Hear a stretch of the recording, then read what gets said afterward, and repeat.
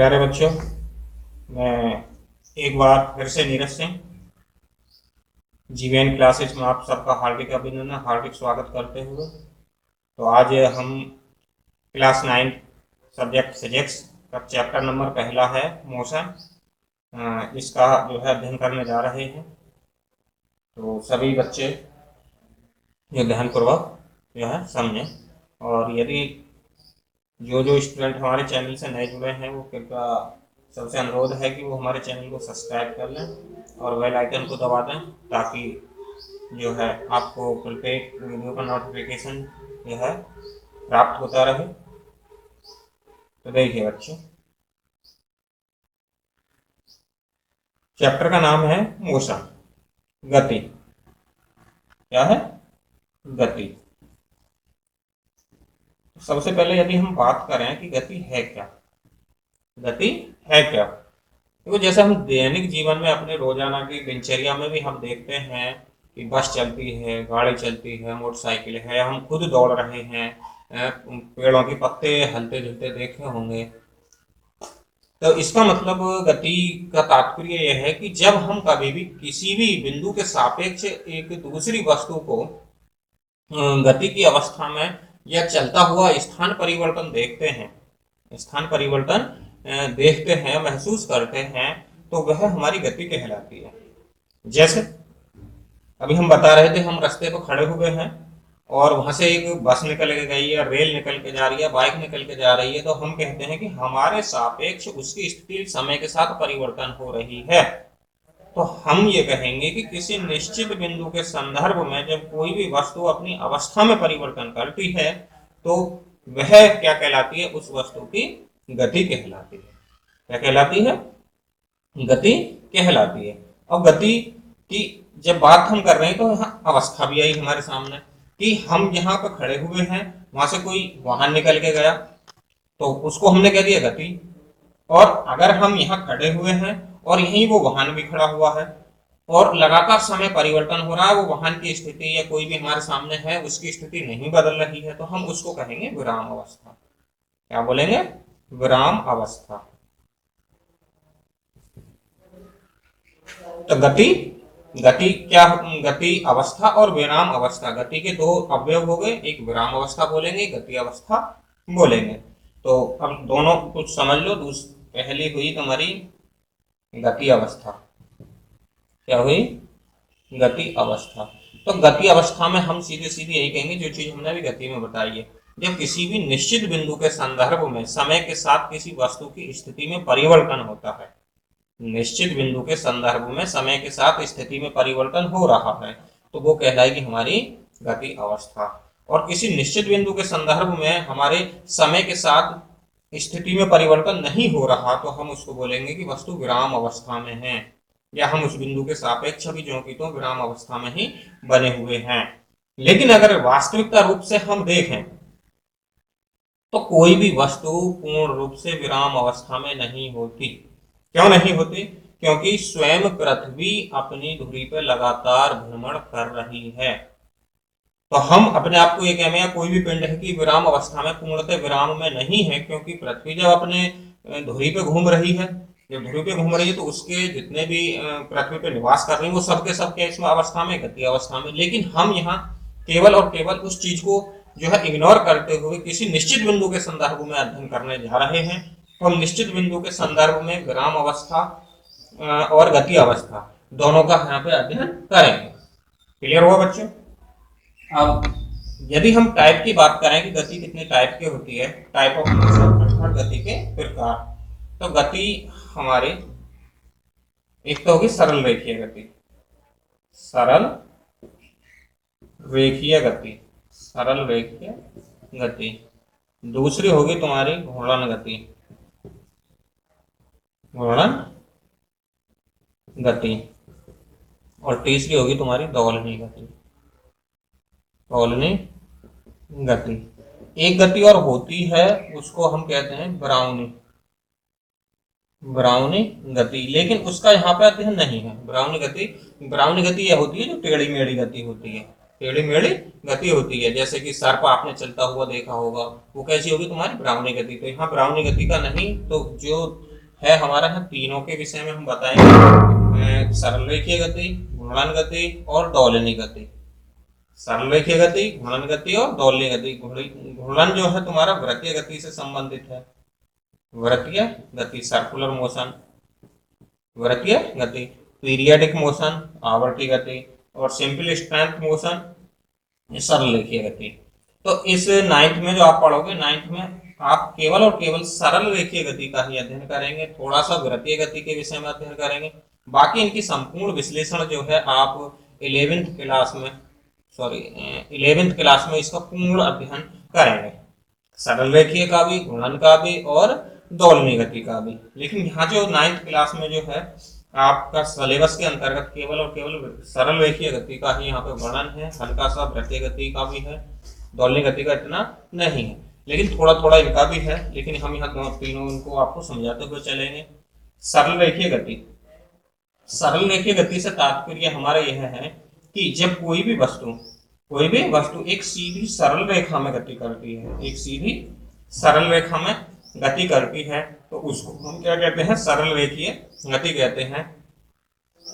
Strength line motion भी कहते हैं इसको।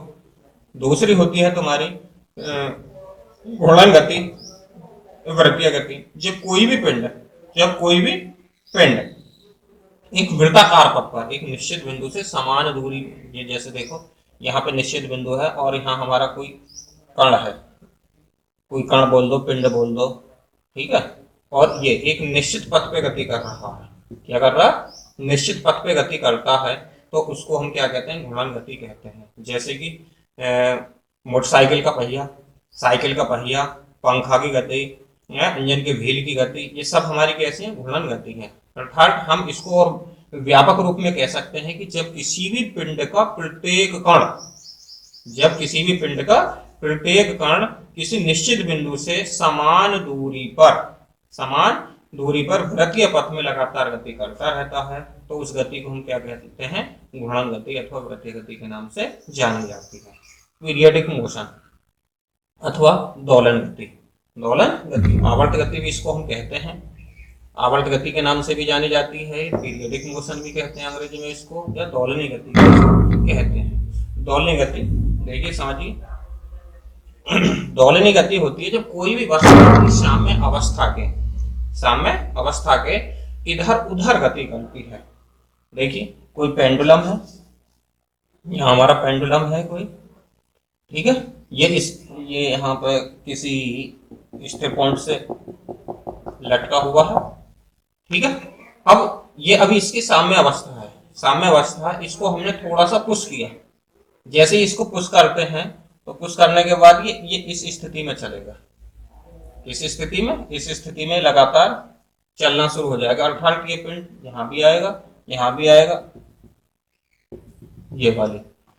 तो जब कोई भी वस्तु ऐसे करके, ये वाली स्थिति देखिए, तो अपनी साम्य स्थिति के इधर उधर ऐसे गति करता है। जैसे झूला की गति हुई, जैसे क्या हुई, झूला हुई तुम्हारी, ठीक है, घड़ी का पेंडुलम हुआ।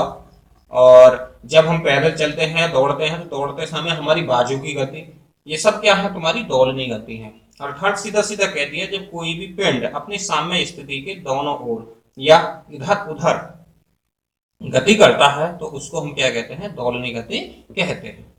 क्लियर होगा बच्चों? तो ये गति के टाइप्स थे, गति के टाइप्स आपके सामने जो क्लियर करा चुके हैं। अब गति से संबंधित कुछ विशेष परिभाषाएं हम यहाँ पे अब सीखेंगे। तो सबसे पहले बात करते हैं हम दूरी की। सबसे पहले बात कर लेते हैं दूरी की। दूरी है क्या?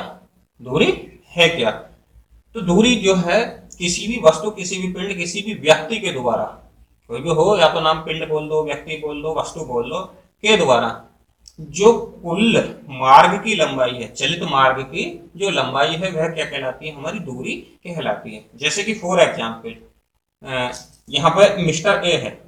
कौन है? मिस्टर ए का जो घर है, घर से वो ऑफिस जा रहा, तो ऑफिस जाने में उसका रास्ता ऐसे है। यहाँ कोई भी है, मिस्टर एक्स है, तो मिस्टर एक्स ये कोई व्यक्ति का नाम है, और उसका जो घर है बिंदु पॉइंट ए पे घर है और पॉइंट बी पे उसका क्या है, ऑफिस है, क्या है, ऑफिस है। और उसको जो है ए से बी तक कहाँ पहुंचना है, ऑफिस पे जाना है। तो ये सपोज दैट इसकी जो दूरी है ये 1 किलोमीटर, ये भी 1 किलोमीटर, 1 किलोमीटर, ये 500 मीटर, ये 1 किलोमीटर, और ये इस प्रकार, चलो इसको भी 1 किलोमीटर ले लेते हैं, इसको 500 मीटर ले लेते हैं, फिर यहाँ पे 1 किलोमीटर हो जाती है। ठीक है, तो मार्ग को जो चल के गया है वो ऐसे इतनी चला, फिर ऐसे चला, फिर ये चला, फिर ये चला, फिर ये चला, फिर ये और फिर ये, इस प्रकार ये ऑफिस बी पे पहुंच गया। मिस्टर एक्स ने कितनी दूरी तय करी, 1 किलोमीटर, 2, 2.5 और 3.5, 4.5 और 5 और 6, मतलब उसने जो है 6 किलोमीटर की दूरी तय करके गया है वो। तो जो मार्ग की लंबाई है वही हमारी क्या कहलाती है, दूरी कहलाती है। तो दूरी उसकी कितनी चल के गया, वो 6 किलोमीटर दूरी चल के गया। तो सीधी सी बात बच्चों आपकी समझ में आ गई होगी कि दूरी क्या है।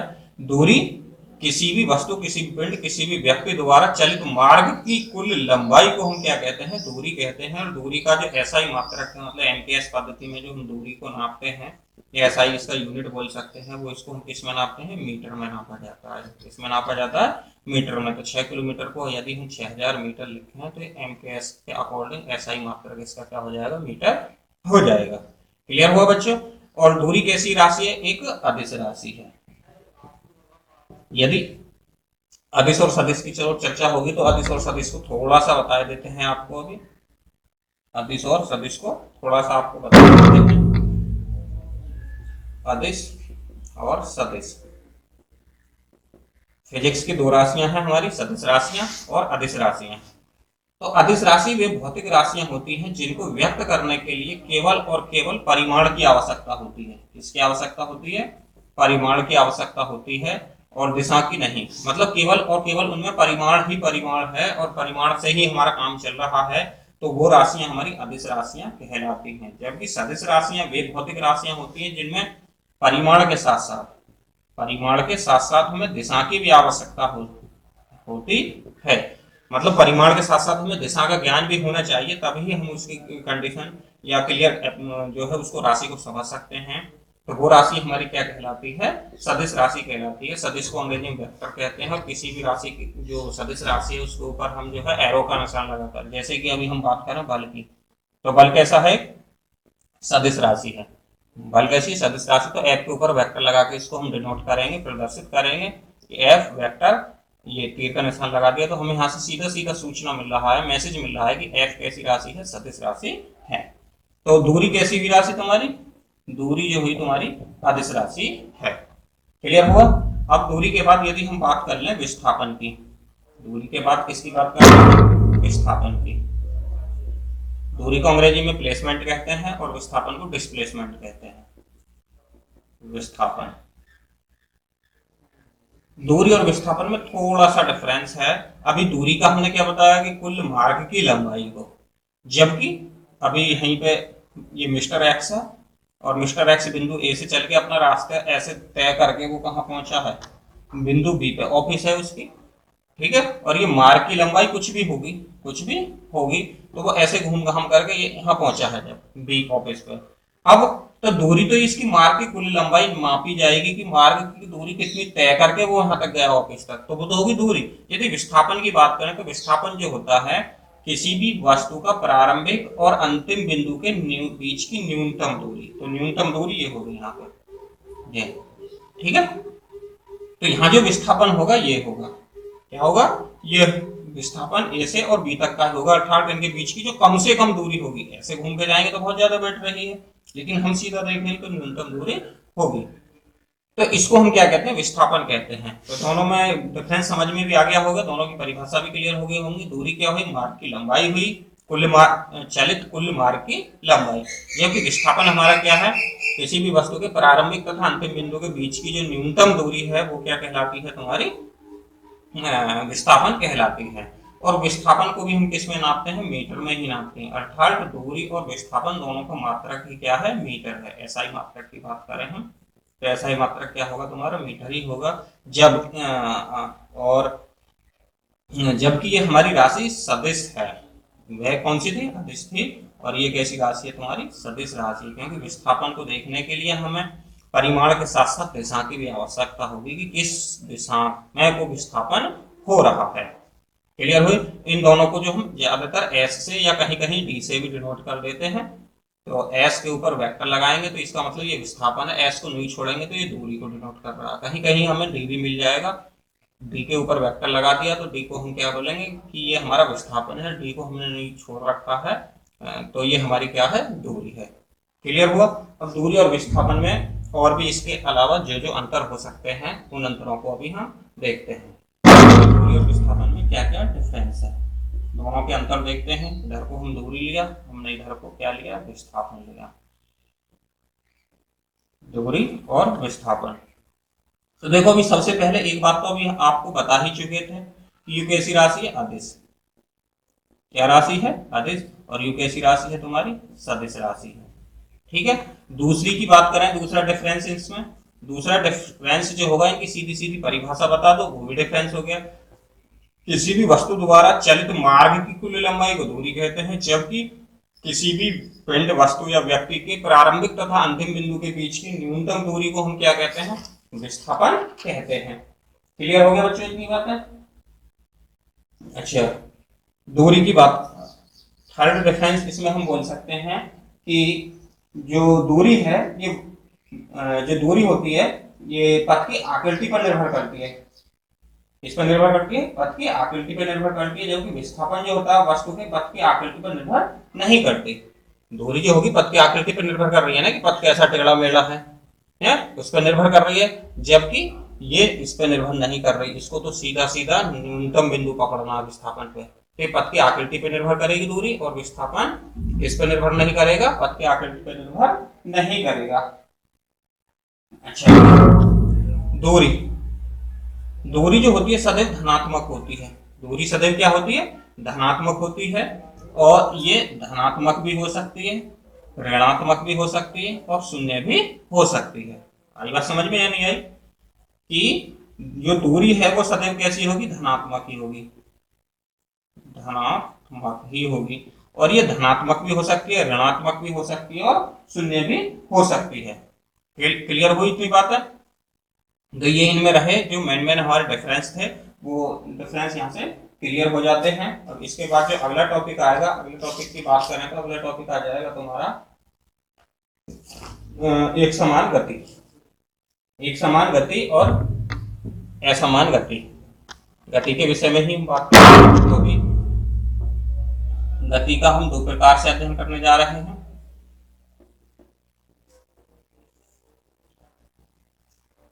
एक समान गति, एक समान गति, दूसरी है असमान गति। असमान गति, देखिए एक समान गति, जैसे कि नाम से ही हम पता चल रहा, एक समान मतलब समान बनी हुई है, और असमान जो असमान हो। तो एक समान गति से तात्पर्य हमारा उस गति से है जब कोई भी वस्तु समान समय अंतरालों में समान दूरी तय करती है, तो उसको हम क्या कहते हैं? एक समान गति बोलते हैं। और असमान गति क्या होती है? इसके विपरीत होगा जस्ट, जब समान समय अंतरालों में, समान समय अंतरालों में भिन्न भिन्न दूरियां तय की जाती हैं, तो उस गति को हम असमान गति कहते हैं। जैसे कि एक समान गति के लिए अभी आपको एक एग्जाम्पल देकर आपको जो समझाते हैं। कोई कार है, क्या है?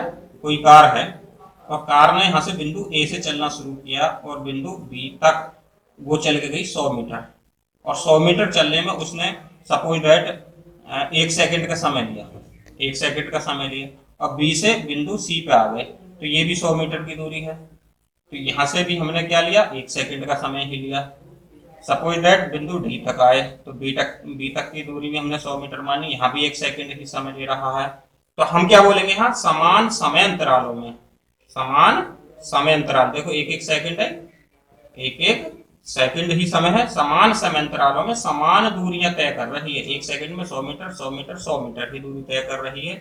समान समय अंतरालों में समान दूरियां तय करे कोई भी वस्तु, कोई भी पिंड या कोई भी व्यक्ति, तो वह गति क्या कहलाएगी? एक समान गति कहलाएगी। जबकि इसी के विपरीत हम बोलें कि असमान गति क्या होगी? असमान गति वह गति होगी जब कोई भी वस्तु समान समय अंतरालों में भिन्न भिन्न दूरी तय करे, भिन्न भिन्न दूरी तय करे। अब इसी डायग्राम पे हम इसकी असमान के लिए क्या करते हैं, ड्रॉ करते हैं। सपोज डेट समान समय अंतरालों में भिन्न भिन्न दूरी, 1 सेकंड का समय है हमारा, 1 सेकंड में हमने 100 मीटर चली, लेकिन अगले ही 1 सेकंड में हमने यहाँ कितनी दूरी चल दी, 50 मीटर मान लो, लेकिन फिर अगले 1 सेकंड में फिर 2 से चल रही हमने, अब 2 से चल रही, तो ये क्या हुआ, समान समय अंतराल है, समान समय अंतराल, लेकिन दूरियां भिन्न भिन्न हो गई। पहली सेकंड में हमने 100 चली, दूसरे सेकंड में 50 चली, फिर तीसरे सेकंड में हमने कितनी चली, 200 मीटर चली। तो इस कंडीशन को हम कहेंगे कि जब कोई भी वस्तु समान समय अंतरालों में भिन्न भिन्न दूरियां तय करती है तो वस्तु की वह गति असमान गति कहलाती है। तो बच्चों एक स्पष्ट हो चुका होगा, क्लियर हो चुकी होंगे। अब बात करते हैं गति की दर का मापन कैसे करते हैं। तो देखिए अगला टॉपिक आ रहा है आपके सामने, गति की दर का मापन करते हैं। गति की दर का मापन, दर का मापन। तो गति की दर जो नापेंगे हम, गति की दर मतलब कि गति किस दर पर हो रही है, तो उस मापन को हम क्या कहते हैं, चाल कहते हैं। तो सीधा सीधा हम क्या बोले, सीधा सीधा हम बोलेंगे कि अब हम आपके सामने किसके विषय में बताने जा रहे हैं, चाल के विषय में बताने जा रहे हैं। तो चाल क्या है, चाल होती है किसी भी वस्तु द्वारा, किसी भी वस्तु द्वारा एकांक समय में तय की गई दूरी को चाल कहते हैं। तो चाल बराबर क्या हुआ, दूरी और एकांक समय मतलब बटे समय। एकांक समय, यदि समय को हम एकांक मान लें, समय को क्या मान लें, मतलब कि समय बराबर 1 है तुम्हारा, 1 सेकंड ले लो, 1 सेकंड। तो चाल बराबर क्या आएगी तुम्हारी, दूरी बटे 1, दूरी बटे 1 को लिखो या मत लिखो, तो चाल बराबर दूरी। तो हम कहेंगे कि एकांक समय में चली गई दूरी, एकांक समय में चली गई दूरी को हम क्या कहते हैं, चाल कहते हैं। स्पष्ट हुई, एकांक समय में चली गई दूरी क्या कहलाती है, चाल कहलाती है। या हम दूसरे शब्दों में इसको कह सकते हैं दूरी की समय दर को, दूरी की समय दर को, या समय के साथ दूरी की जो दर है वह क्या कहलाती है, चाल स्पीड कहलाती है। अपने शब्दों में इसको आप कैसे परिभाषित कर सकते हो, जैसे अभी हमने बोला एकांक समय में चली गई दूरी को, एकांक समय में चली गई दूरी को क्या कहते हैं, चाल कहते हैं। ये दूरी की समय दर को क्या कहते हैं, चाल कहते हैं। चाल, यहां से हमें मात्रक निकालना है इसका इसका मात्रक यूनिट निकालना है, SI मात्रक यूज करके चलेंगे हम। तो दूरी को हम किस में नापते हैं, मीटर में, बटे समय को हम किस में नापते हैं, सेकंड में। तो मात्रक बन जाएगा इसका मीटर प्रति सेकंड। तो SI मात्रक क्या हुआ इसका, मीटर प्रति सेकंड, इसका जो है मात्रक बन जाता है। क्लियर हुई। अब यहीं से हम चाल के बाद औसत चाल की बात कर लें। चाल के बाद किसकी बात कर लें, औसत चाल की बात कर लें। औसत चाल, औसत चाल जो होगी, औसत चाल जब कोई भी किसी भी वस्तु द्वारा तय की गई कुल दूरी तथा उसको तय करने में लगे कुल समय का अनुपात क्या कहलाता है, वस्तु की औसत चाल कहलाता है। मतलब कि कोई भी वस्तु जितनी अपने जो है कुल दूरी तय कर रही है, तो क्या बोलेंगे हम, कुल तय की गई कुल दूरी। घर को लिख देते हैं, औसत चाल बराबर वस्तु द्वारा तय की गई कुल दूरी बटे लगा कुल समय,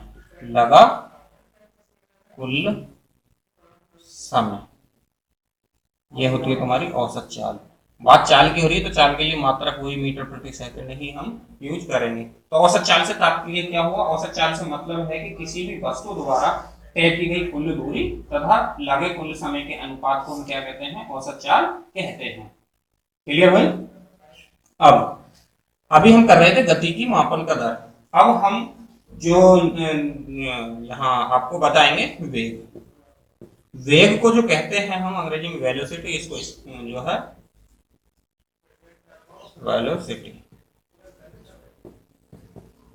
और ये जो कहलाती है दिशा के साथ चाल कहलाती है। मतलब यहाँ हमें किसके साथ थी, ये दूरी के साथ थी ना, ये तय की गई कुल कुल दूरी और लिखेंगे। दूरी, दूरी क्या थी? अदिश थी। और अदिश के लिए हमें किसकी आवश्यकता नहीं थी? दिशा की आवश्यकता नहीं थी। और अब जहां दिशा आ जाए तो दिशा के साथ चाल देखेंगे हम। इसके साथ दिशा के, दिशा के साथ चाल। जब दिशा के साथ चाल देखी जाएगी तो उसको हम क्या कहते हैं? फिर वेग कहते हैं, वेलोसिटी कहते हैं। अर्थात विस्थापन बटे समय हो जाएगा। वेग बराबर क्या हो गया तुम्हारा? विस्थापन बटे समय। विस्थापन बटे समय। तो इसके लिए हम परिभाषा दे सकते हैं कि किसी वस्तु द्वारा दी गई, किसी वस्तु द्वारा दी गई दिशा में प्रति एकांक या इकाई समय में तय की गई दूरी को वस्तु का क्या कहते हैं? वेग कहते हैं। वहां हमने केवल क्या कह दिया था कि एकांक समय में तय की गई दूरी, लेकिन यह दूरी के साथ हमें क्या है? दिशा, कि दी गई दिशा में एकांक समय में तय की गई दूरी। दी गई दिशा में किसी भी वस्तु द्वारा एकांक समय में या इकाई समय में तय की गई दूरी क्या कहलाती है? हमारा वेग कहलाता है। और वेग कैसी राशि है? सदिश राशि है तुम्हारी। अच्छा, चाल यहाँ अदिश राशि थी, चाल की बात कर रहे थे, तो चाल कैसी राशि थी? अदिश। चाल कैसी राशि थी? अदिश राशि थी। जबकि वेग जो होगी तुम्हारी कैसी राशि होगी? यहाँ पर सदिश राशि होगी। और मात्रक की बात करें तो विस्थापन को भी हम मीटर में नापते हैं और समय को भी हम उसमें नापते हैं सेकंड में, तो मीटर प्रति सेकंड इसका क्या हो जाएगा? मात्रक हो जाएगा। अर्थात सीधी सीधी सी बात, इसको दूसरे शब्दों में आप ये भी कह सकते हो कि विस्थापन की समय दर को, विस्थापन की समय दर को वेग कहते हैं। या किसी वस्तु द्वारा दी गई दिशा में एकांक समय में तय की गई दूरी को ही हम क्या कहते हैं? वेग कहते हैं। वेग को हम v से डिनोट करते हैं, v के ऊपर वेक्टर लगा दिया तो वो वेग कहलाएगा। यदि v को हमने ऐसे ही छोड़ा है तो वो क्या कहलाएगी? फिर चाल कहलाएगी। क्लियर होगी बात? अब आगे, जैसे हमारी औसत चाल थी ऐसे ही तुम्हारा क्या होगा? औसत वेग भी होगा। जैसे हमारी औसत चाल थी ऐसे ही हमारा क्या भी होगा? औसत वेग भी होगा। औसत वेग क्या होता है तुम्हारा? औसत वेग, एवरेज वेलोसिटी। एवरेज वेलोसिटी जो होगा कुल विस्थापन, कुल विस्थापन और बटे कुल लगा कुल समय। कुल विस्थापन को तय करने में लगा कुल समय जो होगा तुम्हारा क्या होगा? औसत वेग कहलाएगा, एवरेज वेलोसिटी। क्लियर होगी बच्चों यहाँ पर? अब अगला टॉपिक आता है तुम्हारा, इन दोनों में क्या डिफरेंस होगा।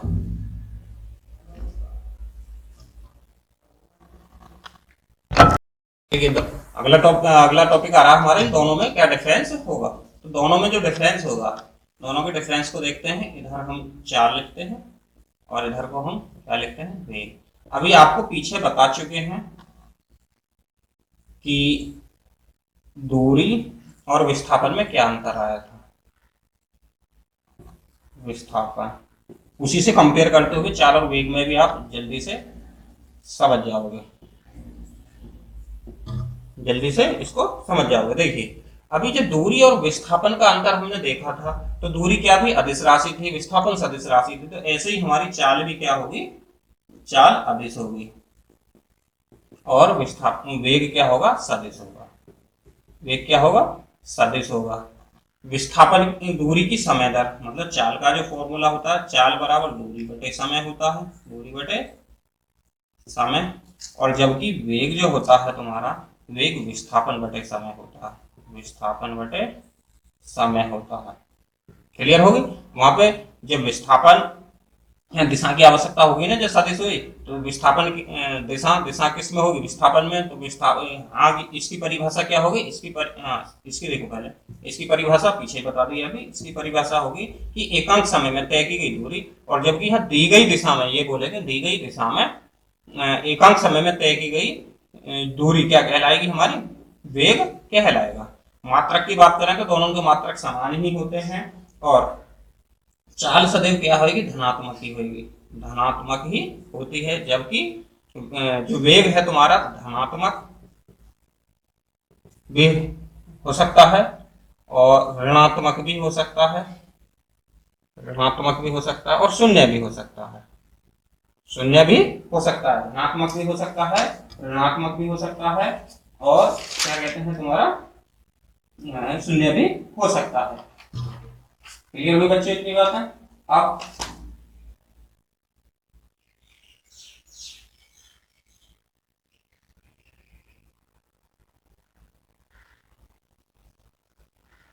देखिए अगले डिफरेंस की बात करें तो किसी समय अंतराल में यदि चाल बदल रही है तो इसका तात्पर्य यह नहीं है कि उसका वेग भी बदलेगा। ठीक है, और वेग बदल रहा है तो ये कंफर्म नहीं है कि उसकी चाल भी बदल रही है, मतलब कि एक दूसरे पे डिपेंड नहीं करेंगे। अच्छा, इनमें कॉमन बात है, कॉमन बात एक ये हो गई कि यदि एक ही सरल पथ पे एक ही सीधी रेखा में गति हो रही है तो वहां पर चाल और वेग दोनों क्या होंगे, इक्वल होंगे। क्या होंगे, चाल और वेग दोनों क्या होंगे, इक्वल। किस कंडीशन में, जब दोनों एक ही सरल पथ पे हम कर रहे हैं, पथ जो है गति जो है सरल रेख की है और सरल रेख में सीधे पथ पे गति कर रही है, तो उस स्थिति में तुम्हारा चाल और वेग क्या होगा, इक्वल ही होगा। अब देखिए एक एग्जाम्पल और लेते हैं, डिफरेंस की बात कर रहे हैं तो अभी एक कोई भी धावक है, वो किस पे कर रहा है, एक वृत्ताकार पथ पे गति कर रहा है। किस पे गति कर रहा है, वृत्ताकार पथ पे गति कर रहा है। तो जिसकी त्रिज्या आर है, जिसकी त्रिज्या आर है, और यहाँ बिंदु ए से उसने चलना शुरू किया है, दौड़ना शुरू किया है, और वो दौड़ करके ए पे ही आ गया। किस पे आ गया, ए पे। तो इसने कुल मार्ग की लंबाई कितनी चली, वृत्त की परिधि पे चल का है, तो वृत्त की परिधि क्या होती है, 2πr होती है। क्या होती है, 2πr होती है। जबकि ये दूरी की बात आ गई, और विस्थापन क्या हुआ यहाँ पे, ध्यान देना है। विस्थापन भाई जहां से गया था वहीं आ गया, तो प्रारंभिक और अंतिम बिंदु के बीच की न्यूनतम दूरी शून्य हुई। तो यहाँ पे चाल बराबर क्या हुई तुम्हारी, दूरी 2πr और बटे समय, मतलब यहाँ से यहाँ तक आने में इसको टी समय लगा, टी सेकंड लगा। तो ये हो गई इतने मीटर प्रति सेकंड इसकी चाल। जबकि वेग की बात करें तो वेग विस्थापन विस्थापन जीरो हुआ है, तो वेग क्या हो जाएगा, जीरो हो जाएगा। क्या हो जाएगा, जीरो। तो ये ऋणात्मक भी हो सकती है, धनात्मक भी हो सकती है, जीरो भी हो सकता है, लेकिन ये सदैव क्या रहेगी, धनात्मक ही रहेगी। क्लियर हुआ बच्चों। अब यहाँ के बाद अगले टॉपिक पर आते हैं। अगला टॉपिक है तुम्हारा वेग में परिवर्तन की दर। वेग में परिवर्तन की दर, वेग में परिवर्तन की दर को हम कहते हैं त्वरण। क्या कहते हैं, वेग में परिवर्तन, वेग में परिवर्तन, वेग में परिवर्तन की दर को हम क्या कहते हैं, त्वरण कहते हैं। और इसको अंग्रेजी में नाम है इसका एक्सीलरेशन,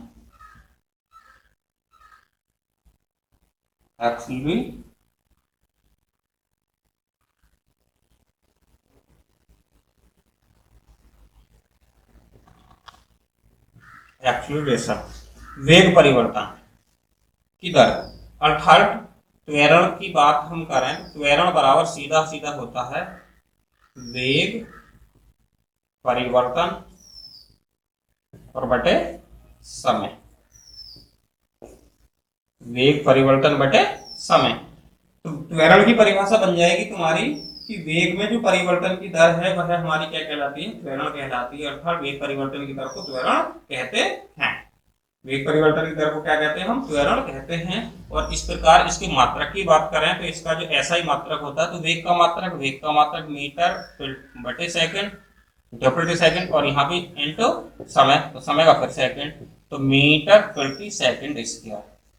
क्या बन जाएगा, मीटर प्रति सेकंड स्क्वायर। एम का मतलब मीटर, एस का मतलब सेकंड से है, तो क्या हुआ, मीटर प्रति सेकंड इसका जो है आपके सामने क्या बन जाएगा, मात्रक बन जाएगा। और यदि माना, संकेत रूप में करते हैं, माना त्वरण को जो है ए से डिनोट करते हैं। त्वरण कैसी राशि है तुम्हारी, सदिश राशि है, तो एक ऊपर वेक्टर लगाएंगे, एक ऊपर क्या लगाएंगे, वेक्टर लगाएंगे। और माना कोई भी वस्तु है, माना कोई भी वस्तु जिसका प्रारंभिक वेग क्या है, u, और अंतिम वेग क्या है, अंतिम वेग या टी समय, या ऐसे बोलेंगे कोई भी वस्तु प्रारंभिक वेग u से गति प्रारंभ करती है तथा टी समय बाद, टी सेकंड बाद बोल दो, टी सेकंड बाद वेग v प्राप्त कर लेती है, v प्राप्त कर लेती है, तब त्वरण। ए से डिनोट करते हैं त्वरण को।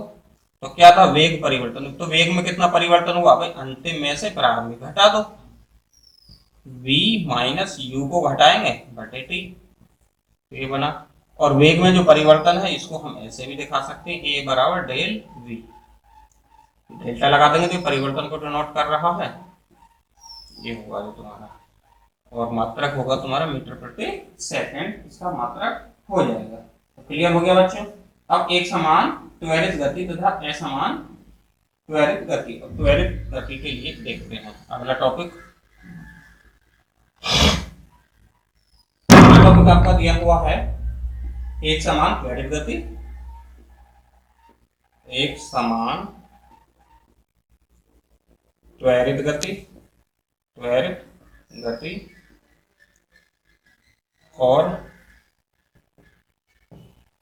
असमान त्वरित गति, त्वरित गति। एक समान त्वरित गति, एक समान त्वरित गति से सीधा सीधा तात्पर्य है कि यदि सरल रेखीय गति करते हुए वस्तु के वेग में समान समय अंतरालों में समान परिवर्तन होता है तो वस्तु का त्वरण एक समान त्वरण कहलाता है, और ऐसी गति को हम क्या कहते हैं, एक समान त्वरित गति कहते हैं। अर्थात सीधा सीधा तात्पर्य है कि समान समय अंतराल है और समान समय अंतरालों में वेग में समान परिवर्तन हो रहा है तो त्वरण समान हुआ। उसमें जो त्वरण समान है तो उस गति को हम क्या बोलेंगे, एक समान त्वरित गति बोलेंगे, एक समान त्वरित गति बोलेंगे।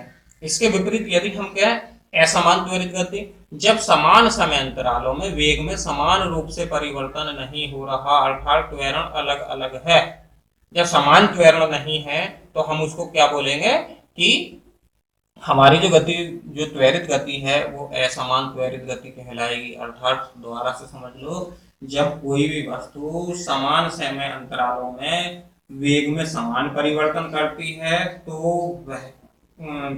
उसका त्वरण समान त्वरण कहलाता है तथा उस गति को हम एक समान त्वरित गति कहते हैं।